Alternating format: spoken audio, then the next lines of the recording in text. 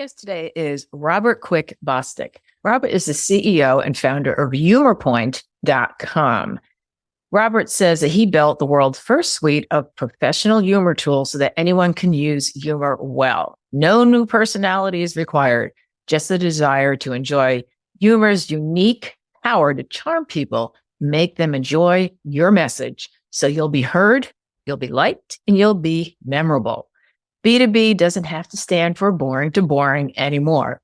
We're going to talk about what made him realize that business people needed professional humor tools to make using humor easier and more successful. We're also going to dive into why telling jokes and puns can be risky in business.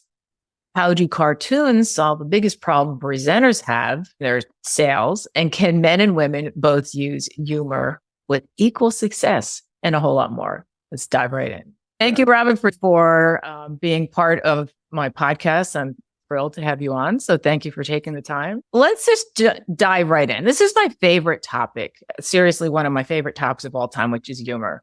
Great. And it seems to be one of those things that B2B does not do a good job of. It's like we're afraid to laugh. I don't know, especially like on LinkedIn, there's a mix of some people post humor stuff, some people don't.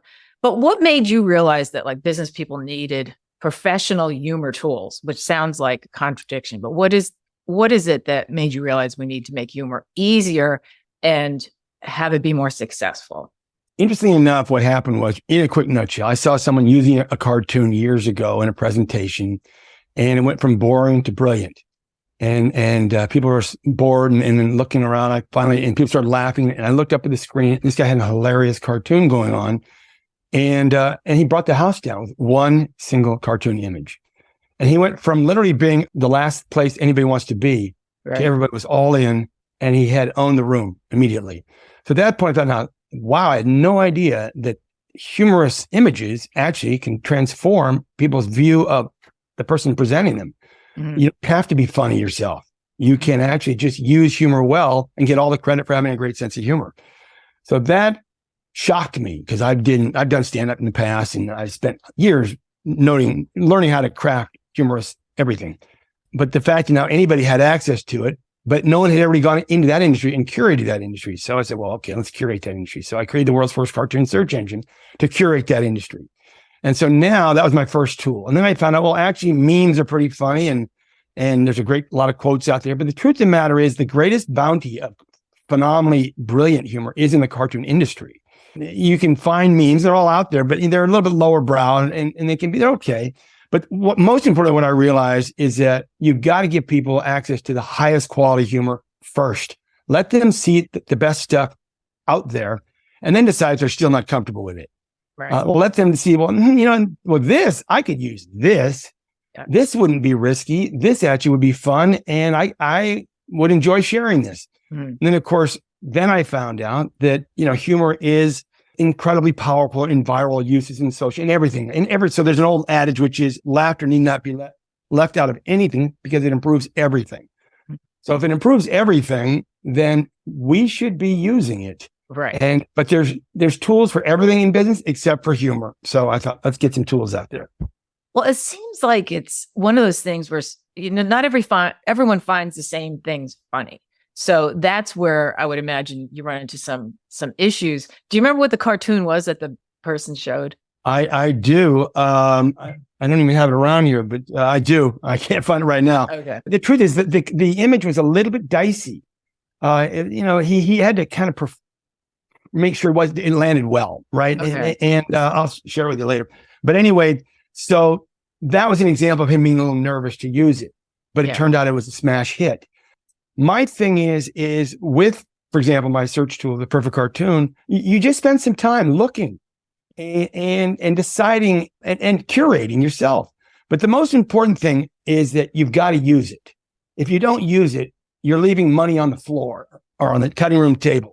Mm-hmm. So here is this remarkable human connection vehicle that people are nervous about. Even in your wonderful post a couple of days ago, you're putting a lot of cautionary thoughts out there, like be careful, this thing could, and you can. I know a guy who lost his $400,000 a year job because he presented an image and had some religious overtones, and some guy didn't like it, and he was out of it. Next day, he was taken out. So there is the real stories of people blowing it or saying something completely inappropriate in a meeting, sexist or whatever it might be. There's like, what are you thinking? Right. So people have seen a lot of carnage from the poor use of humor, but that's also because people are left to their own devices solely with no tools to start to find out what feels right. And so that's, so humor is so powerful and so useful. And yet it's so elusive, and that's crazy to be that elusive. Sometimes it's like common sense. Cause I remember in college, we had a speaker come in one time, and she was a very well-known New York Times columnist. And she opened with a joke that was so racy, I wouldn't even repeat it here. And I went to Marymount College, and the auditorium was filled with nuns. People got up and walked out. And so, I mean, what was she thinking? She knew, I mean, maybe she didn't know the audience. So that's where, it comes into it really knowing who you're talking to. And the other thing, what I wanted to ask you about is there's a misconception sometimes that if you laugh a lot or if you joke around, that maybe you're not serious about your business. I mean, that's sort of something that I kind of worry about, because I have a good sense of humor. When I first meet a client, I don't say anything funny unless they start something, but usually I'm pretty quiet. Do you find that, like, how do you navigate those waters? Like if you have a new client? The truth is, we're doing it right now. I mean, you just be authentic. Now, if you think you have a nice sense of humor, great. The most important thing is, humor and human kind of go well together. There's a reason they're spelled so similarly. They are just a place for, what's my line? I like my line. When you make people smile or laugh, they win our hearts, our respect, and our trust. So yes, even if you're a client, you could even potentially have a cartoon you think they might enjoy as you in the discussion somewhere. Just something you think shows, if you don't think you could do it verbally or just naturally, then just kind of offer, be generous. Say, you know what, you're in the used car business. I thought you might enjoy this little piece here, or whatever. Just some effort to try to bridge that humor divide, because that's where our hearts like each other. And the real goal in any kind of a conversation is to develop some likeness, likability, friendship, warmth. Humor is just good. That obviously just being yourself is your best bet. And hopefully in that conversation, you guys find a laugh together. But still, in a more formal situation, you got to prepare, and you got to have a plan. You got to have a little bit of a strategy. And the problem is most people are left just to look into the vast web world, and it's just not precise enough.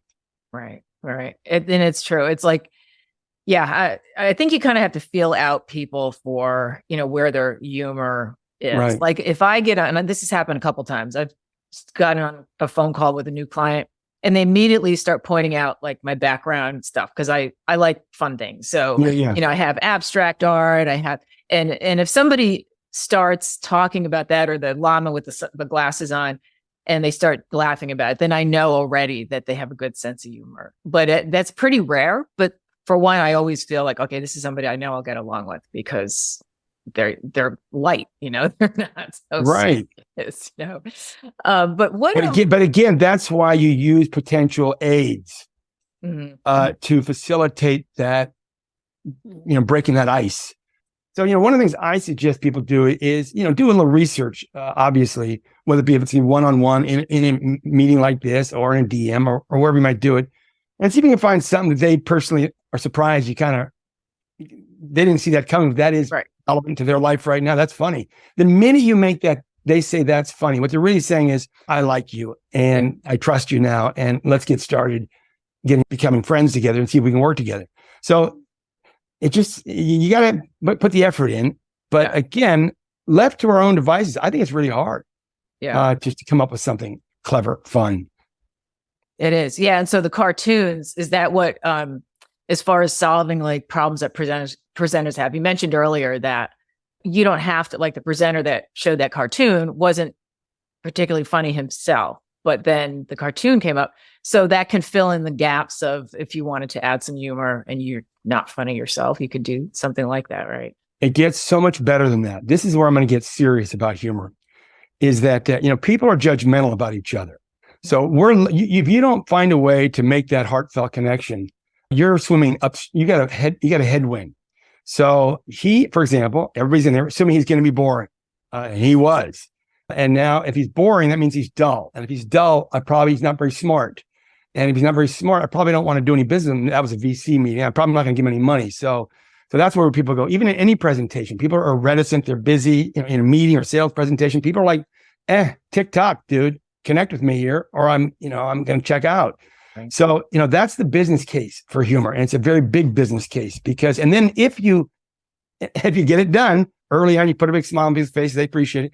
Now they flip from negative and from reticent to open. They now have new judgments about you. Boy, I like this person. And of course, if you make people smile or laugh, the science says people now see you as competent, confident, and likable. There's so many upsides. It's insane not to hit this mark. Right. But it's crazy. What's more crazy is there's very few tools to help people, first of all, realize the opportunity, and two, to seize that opportunity and get there. So that's when I got into the science of the downside of not making that connection, and the fact there's literally nothing out there. There's cartoons, there's a lot of good stuff, but nothing specific for that problem and to solve that. I laugh at that reality, but so ironically, it was funny.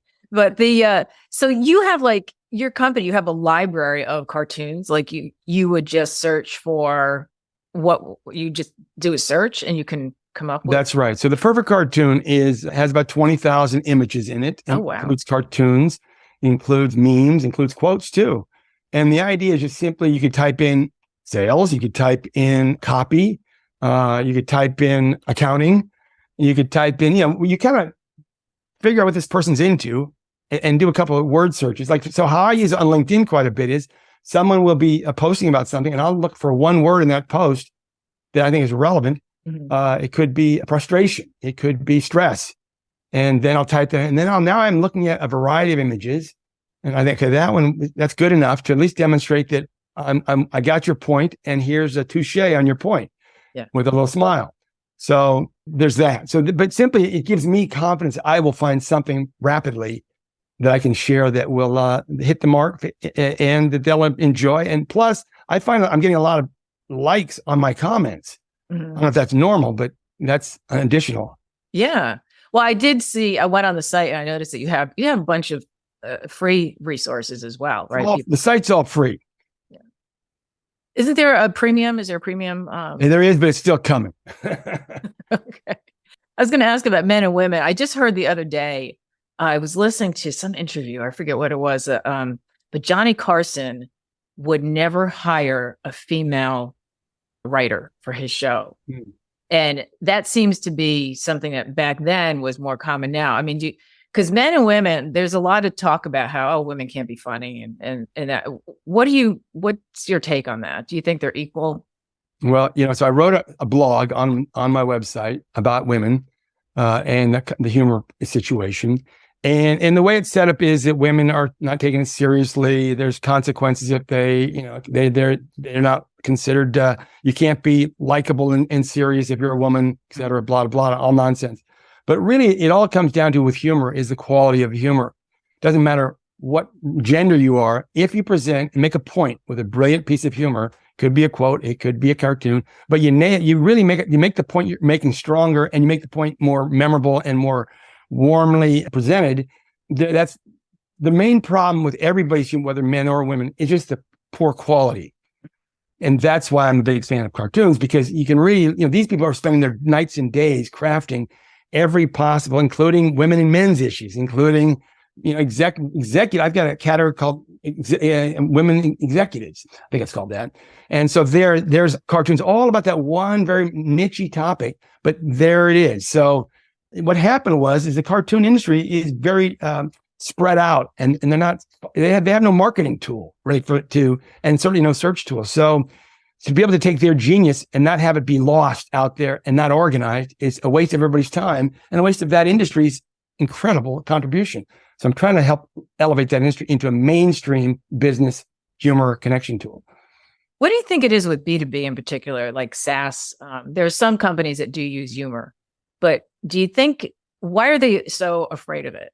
Did they think they're not going to be taken seriously? I mean, what do you? All of that. And you put that all in your thing. You know, one of my tagline is B2B doesn't have to stand for boring to boring.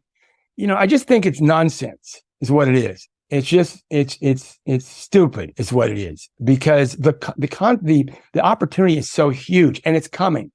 I will share this with you. You know, mindfulness 10 years ago was a term for new age people. Right. And then it kind of caught fire and mindfulness became a mainstream theme in business. And it really didn't have much of a business application other than hopefully being calmer and as working. But humor is coming. The humor wave is coming. The tools are coming. The recognition of its opportunities coming. It's crazy to be in sales and not charm that audience. Ideally, one of my lines is make your audience feel as good as possible, as fast as possible, for as long as possible, but mainly as good as possible, as fast as possible, because you have to win over people. You have to reduce the tension between their ego and their minds and you and what you have to offer. Right. And whether it be a presenter or be a salesperson or in a DM. So that's why when you talk about the charming writing, so I'm going to go to copywriting really quick. And that is really important. It's really difficult, though, to write charming, likable, laugh-inducing, smile-inducing copy. It's one of the hardest things there is to do. And it's one of the most powerful, even more powerful than cartoons, because it's embedded in the conversation right there. So I had an idea earlier, which was copywriters can take cartoon captions and describe the cartoon and just put the caption there in the copy without even show the cartoon. They can link to the cartoon, but that allows them to find copy that's already been tested and is really smart, that's pointed on the topic they want to talk about. So that's one thing I was just saying, how can I help copywriters use great humor and because it really is surprisingly charming and appealing for readers, and they immediately think really good things about the writer. Right. Yeah. It's interesting that, I used to write a really humorous newsletter when I was in the fitness business. And now it's funny because I had people tell me, I save your newsletter till I get to work because I know I'm going to laugh out loud, because it was just, Great. it was really humor based, but I had good points in it too. But now that I'm writing for copywriters and marketers, I've taken that down because I know that I've taken it down a notch as far as the humor, because I feel like people, you hear all the time, we just want you to get to the point, like show us what it is that we need to know. And it seems like you can't really, it's hard to weave humor into that. Like even with the carousel I did yesterday about how to use humor well. And I put a little bit of humor in the beginning of the post, but it was pretty much just cut and dry. I mean, how do you know when to add humor? Or it just seems like there's always that conundrum, it's like, what do you do? Like, do you take a chance, or is it just a matter of testing? Yeah. You have to take a chance. You're leaving too much goodwill on the table, on the floor, too much goodwill on the cutting room floor, because the minute you make somebody smile, their mind just flips all in your favor. They fall in love with you in a small, cute little way. We just do. When people we're just so desperate to lighten up. Yeah. And if someone can do that through a text on a computer, our respect for them jumps. So you don't have to drown people in it, but you want to be able to prove or demonstrate it, because that adds to your credibility and your appeal, and your, as a person they want to know. So that's why Monty on your little thing said, I like that Monty commented on your thing about the email. People said our email is not boring, whatever that comment was, on your thing. So we're desperate for people who can make us smile. Well, I write email sequences for clients, and I had one client who, he's B2B. It's an accounting software, very serious type of product. And he said, I want this to be light. I want to add humor. So I poured it on. He burst out laughing when I showed him the emails. There was one, I had in the subject line, the 90s call, ... And it says they want their flip phone back because the product that he was presenting was, he said to me, he says, I don't know, people are still in the 90s with their accounting software. I want to bring them to the present. So I used that.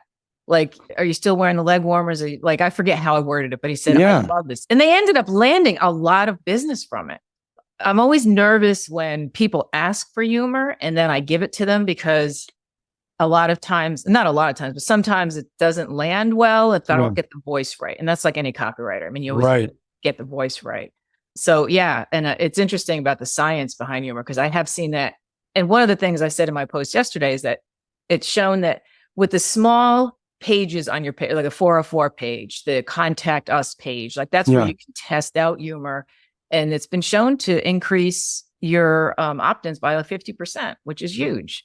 That's right. Even a cartoon on a web page, if it's really that nails it, it causes people to keep reading. And it relaxes them because now that you put a smile on their face, okay, so you touche. What else you got to say here? So I mean, there's no question that if you could wave a magic wand, we'd be using humor really with great efficacy and smartly and charmingly. We just would. It's a question of the fear of failure. And that is, we went to the moon. There's a big risk of going to the moon. We do a lot of things. And for some reason, this one area we're a little more dicey and a little more nervous about. And that's fine. But, in the dating world, if you don't make that person smile, it's over. In the, relationship world, in the business world. So I just suggest everybody buckle up. It's coming. So get on the wagon and don't be left behind. And you win. The first ones to the finish line are going to be the ones who win with this. If it was a new technology called humor and it does all these things, would you want it? How much do I got to pay to get to be able to use this stuff versus the stuff that doesn't offer me these metrics and doesn't offer me these new, and like you just said, you had an example. He said, that was the best response I've ever gotten in an email or something like that. Yeah. Well, that's the future, guys. So get, the whole insurance industry is on board.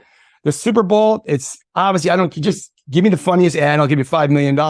Right. So we're still slow because of the supposed risk factor, which I think is valid, but you can't stop there. There's just too much opportunity. Now, to answer the question about the copyright stuff with cartoons and all that material, obviously memes you can do what you want, I guess, with them, and quotes are out there. But cartoons, what I say about cartoons, if you're going to be using it for commercial purposes, then you need to negotiate whatever they're asking for. If you're using it, in an email, just to somebody, a one-time customer to try to bring them lightness, you're good to go. You can always, link to a cartoon so they discover that cartoonist themselves. So it's always nice to give a shout out to a cartoonist who does something really sweet and lets you deliver something really nice to somebody. But, my thing is, for God's sake, less fear, more fun. Let's get going, folks. Let's start using humor. I'm telling you, in the next 10 years, we're going to wonder what the dark days are behind us. And everybody's much more skilled at using humor well. That I long for that day. Well, and you and I do, because we like to be on the receiving end of it. Do you have, so cartoons would be an easy way for somebody who thinks they don't have a sense of humor to use. Like, what else can somebody do to kind of add a little bit of humor to either a presentation or an email, or what are your best tips for that? Well, your friend you did a podcast with a while ago, she was saying that, 65% of all people are visual learners. Oh, yeah. Kate Noonan. Yeah. And 90% of all information sent to the brain is visual.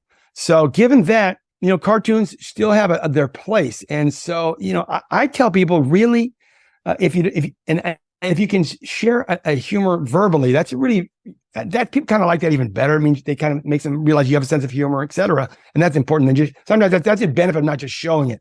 Although you get a lot of credit for showing it, but if you can actually speak it, there's not that many great jokes out there, and they're kind of difficult to do. So there's some one-liners, some great quotes, not lots of them. I would just say, really, my favorite new thing is just find a cartoon you love and describe the setting and deliver the caption. That turns into a joke. You've said something funny. You have not shown a visual. You've created a visual. You've gotten credit for the fact that they now realize you've got to get that. You spotted that cartoon. And they might even, and you might, and those who want, I'll send you, give me your email, I'll send you that cartoon. It's a great cartoon. I saw it this morning. I'm sharing with you, right? So you're using the humor, and it still lands really well. In fact, it lands better because it's in their imagination, and you said it. And so it's a little even more intimate than the visual. So that's all I really think about, because humor is hard. Yeah. Coming up with you've already demonstrated to me you have a sense of humor, which is a remarkable skill, but it's rare.